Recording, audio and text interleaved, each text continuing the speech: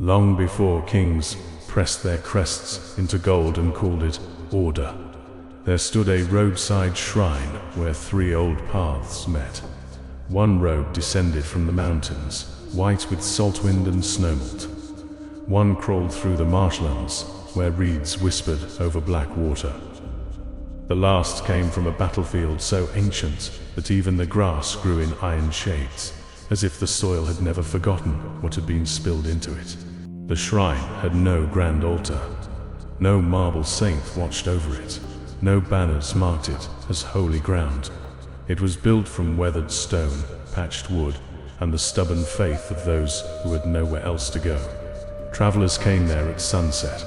Soldiers arrived with blood stiffening in their boots. Mothers carried fevered children wrapped in rough linen.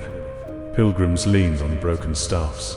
Thieves came too, hiding beneath hoods, swearing they were only passing through. The shrine did not ask what they had done, it only received what remained of them. At its center rested a narrow cup set inside a black iron frame. Its bowl was dark glass, veined with old crimson light, and bound in worn gold that had lost the arrogance of wealth. The vessel looked small enough to disappoint the desperate. It held little, it promised less. Yet even untouched, it changed the air around it. Dust settled near it. Breath slowed. Trembling hands grew steady. The stone beneath it seemed gentler, as if the earth itself had learned how to kneel. The shrine keepers called it the Dawnspill Reliquary. They said it had not been made for kings, priests, or the clean-handed. It had been made for the last ones standing. The first keeper was no saint. He had once walked behind armies after the screaming ended, taking boots from the dead and blades from those too weak to resist him. He knew the weight of coin better than the weight of mercy. He had survived by arriving late, when courage was no longer required, and guilt could be hidden beneath necessity. One winter evening, he found the abandoned shrine. Bandits had stripped it of candles, cloth, and silver. Rain moved through its broken roof. The altar had rotted through its middle. Yet the cup remained untouched, brimming with a luminous draught that did not tremble, even when storm wind moved through the chamber. The scavenger stole it. He told himself it was only habit. A day later, beneath a mound of shields at the edge of a frozen field, he heard a sound too small to be human and too weak to ignore. A child lay there, half buried beneath the dead, lips blue, fingers curled like broken twigs. She had no strength left for crying, no strength left for fear. The scavenger had no food, no fire, no remedy, no mercy. He trusted in himself. Only the strange cup. So he poured. The liquid did not touch the child first. It struck the frozen earth. Where it fell, the mud warmed with a deep golden glow, as if dawn itself had seeped beneath the soil. Frost hissed away. A circle of light spread under the shields. The child's breath steadied. Color returned to her lips in slow, fragile waves. No choir descended. No god named him forgiven. There was only the earth holding life a little longer. The scavenger carried the child back to the ruined shrine. By morning she was sleeping. By evening, others had come. And so the shrine began again. At first the cup seemed almost ordinary. It held little, and what it held vanished quickly. The keeper poured for the wounded, the exhausted, the hungry-eyed and half-broken. Each time, the liquid spilled over the earth, making a brief circle of reprieve beneath ash, blood, rain, or frost. Those who stood within that glow found their strength returning in waves rather than sips. Weariness loosened its grip. Failing limbs remembered motion. Fear did not vanish, but it became smaller, easier to carry. Rage sharpened into purpose. A hand that could barely close around a staff would tighten again. A breath that had almost faded would return, then steady another. But the vessel's true wonder was not mercy toward one soul. It was momentum between many. Around the cup, relief spread like rings across black water. One restored hand lifted another. One breath regained became three more. One body standing gave others permission not to fall. Then the keeper noticed something stranger. Those who came to the shrine brought their own little vessels, cracked phials, bitter tonics, stimulants, charms sealed in wax, draughts of courage brewed in desperate camps. In the reliquary's presence, those lesser vessels stirred. Empty bottles rattled, dry stoppers hummed. A flask with one swallow left suddenly held two. A warrior whose belt had gone silent felt every vessel at his side wake hungry and full at once. Iron resolve, swift motion, burning courage, clear sight, cold resistance, desperate restoration. All of it returned faster beneath the reliquary's influence. The cups seemed to whisper to every vessel near it, remember fullness. Yet every miracle obeyed a cruel law. While the reliquary poured, it starved. It gave outward without measure, strengthening everything around it, but denied itself even a single drop in return. In the moment it gave most, it became most vulnerable, hollow, shining, and useless until hardship fed it again. Many called this a flaw. The old shrine keepers called it truth. For what is sacrifice, they asked, if the giver remains untouched? Word spread beyond the crossing. Pilgrims came first, then soldiers, then priests with careful hands, and rulers with careful lies. Some knelt before the vessel. Some tried to purchase it. Some called it holy. Others called it military necessity, and spoke of strategy while staring at it with hunger. The shrine changed. It was no longer a quiet place for the broken. It became a place of grim procession. Carts arrived at dusk.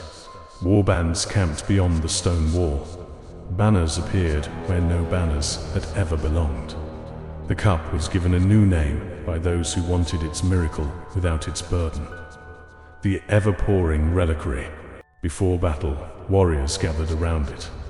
When lifted, it awakened, not with thunder, but with a spill.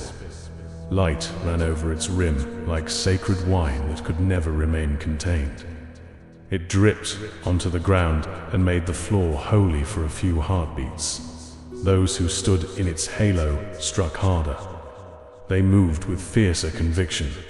Collapse retreated from them. The reliquary did not make them fearless. It did something far more dangerous. It convinced them they could continue. At first, that seemed like mercy. A wounded defender could rise long enough to protect a gate. A starving pilgrim could walk until shelter appeared. A dying line could hold until the children behind it escaped. But soon, the blessed began to change. They no longer paused. They no longer conserved. Why measure strength when renewal would follow? Why fear depletion when the reliquary answered need with need? Camps became marshes. Marshes became campaigns. Campaigns hardened into crusades. The cup had taught them a dangerous faith. Exhaustion was not a warning, only a threshold. The last keeper of the old shrine was a woman whose name has been worn away by time. Some said she had been a healer before the wars. Others said she had once ended lives on command and spent the rest of her years trying to stand near enough to mercy that it might mistake her for one of its own. Whatever she had been, she understood the reliquary better than those who praised it. She knew it did not create abundance from kindness alone. It fed on use, on urgency, on the rhythm of need, answered by need. It wanted to be poured. It wanted motion. Left untouched, it dulled. Passed from hand to hand, it glowed as though something inside it rejoiced. And that joy was not gentle. When invaders came for the city beyond the shrine, she did not flee with the relic. She carried it into the breach. The wall had cracked before dawn. Arrows fell so thickly that the skies seemed to molt black feathers. The wounded gathered around her as stone split and iron rang. Each time she raised the reliquary, pale radiance spread beneath their feet. The dying found enough strength to stand again. Their medicines refilled. Their final reserves returned before despair could finish its work. Again and again, she emptied the cup into the earth. Again and again, Every other vessel answered, but not hers. The reliquary poured and poured, feeding all that surrounded it, while its own bowl remained hollow beneath the glow. By sunrise, the breach still held. The invaders had broken against a line that should have fallen hours before. The cup still shone. The keeper did not. When the survivors buried her, they placed the reliquary beside her hands. They believed no one should carry such a burden again. By evening, the cup was back on the altar, untouched by soil, brimming with impossible red light. No one saw who returned it. No one ever found the tomb. After that, the relic refused to belong to anyone for long. It passed through warbands, monasteries, grave robbers, famine roads, hidden sanctuaries, and the trembling hands of those who believed in mercy only when cornered by death. Every age renamed it according to what it feared most. The shrine keepers called it the dawn-spilled reliquary. Soldiers called it the ever-pouring reliquary. Those who survived it learned a harsher name, the vessel that never stays full. For it was not truly a cup of comfort. It was not a treasure for vaults, nor a blessing for those who wished to remain untouched. It was a burden for crisis. You did not sip from it to preserve yourself. You poured it when everyone else was about to fail.